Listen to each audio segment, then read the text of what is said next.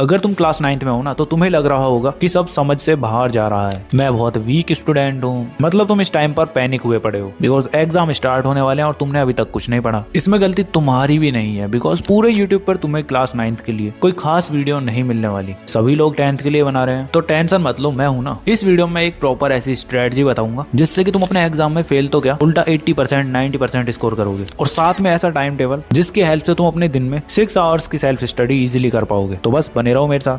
So hi everyone, this is Mukul Bhardwaj और आज की वीडियो में हम बात कर रहे होंगे क्लास 9th के लास्ट मिनट स्ट्रेटजी और टाइम टेबल की। साथ में तुम्हें कौन से चैप्टर्स पढ़ने हैं, कौन से चैप्टर्स छोड़ने हैं, ये भी मैं तुम्हें बताने वाला हूँ। और सब्जेक्ट वाइज स्ट्रेटजी तो होगी ही होगी। तो सबसे पहले तुम्हें रियलिटी चेक की बहुत ज्यादा जरूरत है, जो कि मैं तुम्हें एज ए बड़ा भाई देने वाला हूँ। तो सबसे पहले एक बात क्लियर कर लेते हैं कि 9th तुम्हारा बोर्ड एग्जाम नहीं है, ये तुम्हारा फ्यूचर डिसाइड नहीं करता। लेकिन हाँ, अगर तुमने यहाँ पे गिव अप कर दिया ना तो क्लास 10th भी तुम्हें बहुत ज्यादा डिफिकल्ट लगेगी। और सच बताऊं, जो बच्चे क्लास 9th में स्ट्रगल करते हैं ना वही क्लास 10th में सबसे ज्यादा स्कोर करते हैं। बिकॉज स्टार्टिंग से क्लास 9th में वो ध्यान नहीं देते, लास्ट टाइम पर एकदम अच्छे से पढ़ते हैं, वही कॉन्फिडेंस वो अपनी क्लास 10th में लेकर जाते हैं। तो इसीलिए तुम्हें इस टाइम पर अब अपनी पूरी जी जान लगा देनी है और क्लास 9th के बोर्ड एग्जाम को फोड़ना है। और उसकी स्टार्टिंग तुम अभी कमेंट करके करोगे कि आई एम रेडी भैया। कर दिया कमेंट? तो चलो अब स्टार्टिंग करते हैं सब्जेक्ट वाइज स्ट्रेटजी से। तो सबसे पहले सभी सब्जेक्ट के लिए तुम्हारी एक कॉमन स्ट्रेटजी होगी, जो कि है सब कुछ नहीं पढ़ना। अब जो तुम्हारी सिचुएशन है ना, इस टाइम पर अगर तुम सब कुछ पढ़ने के लिए बैठोगे तो तुम्हारा कुछ नहीं होने वाला। इस टाइम पर तुम्हें बस इंपॉर्टेंट चैप्टर्स और इंपॉर्टेंट टॉपिक्स पर ध्यान देना है। इंपॉर्टेंट चैप्टर्स तो मैं इस वीडियो में बता दूंगा, इंपॉर्टेंट टॉपिक्स के लिए अगर अलग से वीडियो चाहते हो तो कमेंट कर देना, ठीक है। तो अब स्टार्टिंग करते हैं तुम्हारे इंग्लिश से। उसकी क्या स्ट्रेटजी रहने वाली है चलो बताता हूँ। तो इंग्लिश में फेल होने का कोई रीजन नहीं होता, तुम्हें बस ये 3 चीजें करनी है। फर्स्ट है तुम्हें अपने चैप्टर्स की थीम और समरी को याद रखना है। सेकंड तुम्हारा आंसर का फॉर्मेट, मतलब राइटिंग स्किल में राइटिंग फॉर्मेट। और थर्ड है तुम्हारा ग्रामर रूल्स, जो ग्रामर के अंदर तुम्हारे रूल्स होते हैं उनको अच्छे से तैयार कर लेना। बाकी इसके अंदर इंपॉर्टेंट जैसा कुछ नहीं है, तुम इजीली पास हो जाओगे। इसमें तो तुम्हें फ्री के मार्क्स मिलते हैं। इंग्लिश और हिंदी के लिए तुम्हें यही करना है बस। बाकी सब्जेक्ट के लिए अभी बताऊंगा, उससे पहले अब अगर तुम ऑनलाइन बैच लेने की सोच रहे हो ना तो उसके लिए तुम्हें लेना है PW का ये project 45 class 9th crash course, जिसके अंदर तुम्हारा क्लास 9th का पूरा सिलेबस 45 डेज के अंदर खत्म हो रहा होगा, वो भी लाइव प्लस रिकॉर्डेड लेक्चर्स के साथ। साथ में हर चैप्टर के बाद लाइव डाउट सेशन होगा तुम्हारा, तो डाउट वगैरह की तो प्रॉब्लम बिल्कुल भी नहीं होगी तुम्हें। और सबसे स्पेशल तुम्हें इसमें कमबैक किट मिल रही होगी, जिसके अंदर तुम्हें mind map, writing pad, exam pouch और stickers, everything you need to get back on track. तो तुम देख सकते हो कितना कुछ तुम्हें इसके अंदर मिल रहा है। टाइम बिल्कुल भी वेस्ट मत करो, लिंक मैं डिस्क्रिप्शन में दूंगा या फिर तुम डायरेक्ट PW ऐप में जाके मेरा ये कूपन कोड LRN150 यूज कर लेना, तुम्हें और भी तगड़ा डिस्काउंट मिल रहा होगा। तो अभी जाके एनरोल कर लेना, ठीक है। हिंदी एंड इंग्लिश के लिए तुम्हें यही करना है। अब बात करते हैं तुम्हारी साइंस की। अब तुम्हें अपनी साइंस को एक सब्जेक्ट नहीं समझना है, 3 सब्जेक्ट में डिवाइड कर दो। फर्स्ट है तुम्हारा फिजिक्स, सेकंड तुम्हारा केमिस्ट्री, थर्ड तुम्हारा बायोलॉजी। तो इनकी स्ट्रेटजी सिंपली ये होगी कि तुम फिजिक्स के लिए इन 3 स्टेप्स को फॉलो करोगे। देखो, लेक्चर देखना मैं स्टेप्स में काउंट नहीं करने वाला, जो भी चैप्टर्स मैं तुम्हें बताऊंगा उनके लेक्चर तो तुम ऑलरेडी देखोगे ही, चाहे वन शॉट देखो या फिर तुमने जो भी ऑनलाइन बैच ले रखा हो वहां से। इन स्टेप्स को तुम अपने लेक्चर कंप्लीट करने के बाद फॉलो कर रहे होगे। तो स्टेप 1 होगा तुम्हें सबसे पहले एक फॉर्मूला नोटबुक बनानी है। जैसे ही फिजिक्स के अंदर तुम्हारा एक चैप्टर कंप्लीट हो जाता है ना, तो उसके सभी फॉर्मूला तुम एक पेज पर लिख रहे होगे। स्टेप 2 में तुम उस पेज को अपने सामने रख के न्यूमेरिकल्स को सॉल्व कर रहे होगे। एंड स्टेप 3 में तुम जहां भी अटक रहे हो ना, वहां तुम जाओगे दोबारा से उसी टॉपिक को रिवाइज कर रहे होगे, कोई भी तुम्हारा टॉपिक हो या डेरिवेशन हो, जो भी, ठीक है। फिजिक्स के लिए यही करना है। और साथ में तुम्हें कौन कौन से चैप्टर करने हैं, तो इन 3 चैप्टर को गलती से भी स्किप मत करना, इन्हीं को कर लेना। क्लास 9th के लिए तुम्हारा इनफ है। पहला चैप्टर है तुम्हारा मोशन, सेकंड चैप्टर है तुम्हारा force and laws, and third chapter है तुम्हारा ग्रेविटेशन, ठीक है। अभी के लिए इन 3 चैप्टर्स को एकदम पक्के कर लो। इसके बाद सेकंड तुम करोगे केमिस्ट्री, जिसके अंदर तुम्हें 2 स्टेप्स फॉलो करने हैं। सबसे पहले तुम रिएक्शन बैंक बनाओगे, जिसके अंदर तुम अपनी केमिस्ट्री की रिएक्शंस लिख रहे होगे उसके अंदर। और सेकंड स्टेप में तुम करोगे बस प्रैक्टिस, इतना कर लोगे इनफ है, ठीक है। इसके बाद तुम्हारा इसके अंदर मोस्ट इंपोर्टेंट 3 ही चैप्टर्स होने वाले हैं। फर्स्ट चैप्टर तुम्हारा होगा matter in our surroundings, and second chapter होगा तुम्हारा is matter around us pure, and third chapter होगा तुम्हारा एटम्स एंड मॉलिक्यूल्स। इतना करते ही तुम्हारी केमिस्ट्री ऑलमोस्ट कंप्लीट ही हो जाएगी, बिकॉज क्लास 9th के यही इंपॉर्टेंट चैप्टर्स हैं। इसके बाद आता है तुम्हारा बायोलॉजी, जिसके अंदर तुम्हें 2 स्टेप्स को ही फॉलो करना है। फर्स्ट स्टेप है तुम्हारा keywords plus diagrams notebook, and second है तुम्हारा read NCERT line by line. बस इतना ही करना है बायोलॉजी के लिए। और इसके भी तुम्हारे 3 ही मोस्ट इंपॉर्टेंट चैप्टर्स होने वाले हैं। फर्स्ट चैप्टर है तुम्हारा सेल, सेकंड है टिश्यूज, एंड थर्ड है इंप्रूवमेंट इन फूड रिसोर्सेज। ये 3 चैप्टर्स कर लो, इनफ है तुम्हारे लिए। अब साइंस में तुमने अगर ये चैप्टर्स कर लिए ना, तो ऑलमोस्ट तुम्हारे 90% मार्क्स इजीली आ रहे होंगे, ठीक है। इसके बाद आता है तुम्हारा सेकंड सब्जेक्ट मैथमेटिक्स। अब ये सब्जेक्ट मेजॉरिटी बच्चों को डराता है। अगर तुम सही से पढ़ते हो ना, तो ये भी सब्जेक्ट तुम्हारा इजी ही है। इसकी स्ट्रेटजी क्या होगी चलो बताता हूँ। सबसे पहले तुम्हें एक फॉर्मूला नोटबुक ही रेडी करनी है। जैसे ही तुम लेक्चर अटेंड कर लेते हो तो उसी चैप्टर का सेम एक पेज पर पूरे फॉर्मूलाज लिख लो। उसके बाद सेकंड स्टेप में तुम्हें 10 to 15 क्वेश्चंस एक फॉर्मूले के ऊपर लगाने ही लगाने हैं। करोगे ना तो तुम्हारे क्वेश्चन प्रैक्टिस भी बहुत तगड़ी होगी और फॉर्मूलाज अपने आप याद हो जाएंगे। बिकॉज मैथ्स को अगर तुम पढ़ने के लिए बैठोगे तो तुमसे कुछ नहीं होगा। मैथ्स को तुम्हें बैठ के सॉल्व करना होता है। तो जो 2 स्टेप बताए हैं उन्हीं को करना बस इनफ है तुम्हारे लिए। अब इसके अंदर तुम्हारे मोस्ट इंपोर्टेंट चैप्टर्स कौन कौन से हैं चलो बताता हूँ। तो सबसे पहले आता है तुम्हारा नंबर सिस्टम, उसके बाद आता है सेकंड चैप्टर तुम्हारा लीनियर इक्वेशंस, देन फिर आता है तुम्हारा पॉलिनोमियल्स वाला चैप्टर, और उसके बाद आ रहा होगा तुम्हारा हेरन्स फॉर्मूला, एंड फिर आएगा तुम्हारा next chapter surface area and volume, और फिर कर रहे होगे उसके बाद तुम स्टैटिस्टिक्स। इन 6 चैप्टर्स को एकदम अच्छे से तैयार कर लो। क्लास 9th में तुम्हारे इजीली 60 से 70 मार्क्स आ जाएंगे आउट ऑफ 80 बस मैथ्स के अंदर। ठीक है, अब इसके बाद आता है तुम्हारा नेक्स्ट सब्जेक्ट सोशल साइंस। ये सब्जेक्ट तुम्हारा कंप्लीटली एकदम इंटरेस्टिंग सब्जेक्ट होने वाला है। बिकॉज जब तुम छोटे थे तो बहुत ज्यादा स्टोरीज सुनते थे अपने ग्रैंडफादर से, मदर से, है ना। तो यहाँ भी तुम्हें सेम वही करना है यार। जो भी तुम चैप्टर पढ़ रहे हो ना उसको स्टोरी की तरह सुनो। ज्यादा लोड मत लो कि ये चीजें इसके अंदर हो रही हैं, ये हो रहा है। अगर तुम एक प्रेशर की तरह पढ़ोगे ना तो फिर बेकार है। पूरे चैप्टर के अंदर interest low. Because social science एकदम इंटरेस्टिंग सब्जेक्ट है। और यहाँ तुम्हें आंसर्स मैथ्स और साइंस की तरह सेम टू सेम ऐसे नहीं लिखने हैं जैसे किताब में होते हैं। यहाँ तो यार तुम सिंपली अपने वर्ड्स में आंसर्स लिख सकते हो अगर तुम्हें स्टोरी अच्छे से पता है। तो समझ गए ना क्या करना है, बस स्टोरी की तरह सुनना है और आंसर्स को अपने वर्ड में लिखना है। अब इसके अंदर तुम्हारे 4 यूनिट होने वाली हैं, हिस्ट्री, जियोग्राफी, सिविक्स और इकोनॉमिक्स। हिस्ट्री के लिए सिंपली तुम्हें इवेंट्स और डेट्स को अच्छे से तैयार करना है, और जियोग्राफी के लिए तुम मैप्स प्लस डेफिनेशंस को अच्छे से रेडी कर रहे होगे, और सिविक्स के अंदर तुम्हें हेडिंग्स जो तुम्हारे टॉपिक्स में होती है ना उनको अच्छे से तैयार करना है। और बात रही इकोनॉमिक्स की तो उसके अंदर तुम कीवर्ड्स को अच्छे से फाइंड आउट कर रहे होगे, उनको समझो, उसके बाद बना बना के लिख दो आंसर्स। तो यहाँ तक तुम्हारे ऑल सब्जेक्ट कवर हो चुके हैं, मतलब सब्जेक्ट वाइज स्ट्रेटजी तुम्हारी कंप्लीट हो चुकी है। अब मैंने तुम्हारे लिए सिलेबस कंप्लीट करने के लिए एक वीडियो ऑलरेडी बना रखी है, अगर तुम देखना चाहते हो तो इस वाली वीडियो को देख लेना। बाकी अब तुम्हारी बात करते हैं टाइम टेबल की। कौन से सब्जेक्ट तुम्हें कितने घंटे पढ़ना है, किस तरह से पढ़ना है, वो सब बताता हूँ चलो। तो उससे पहले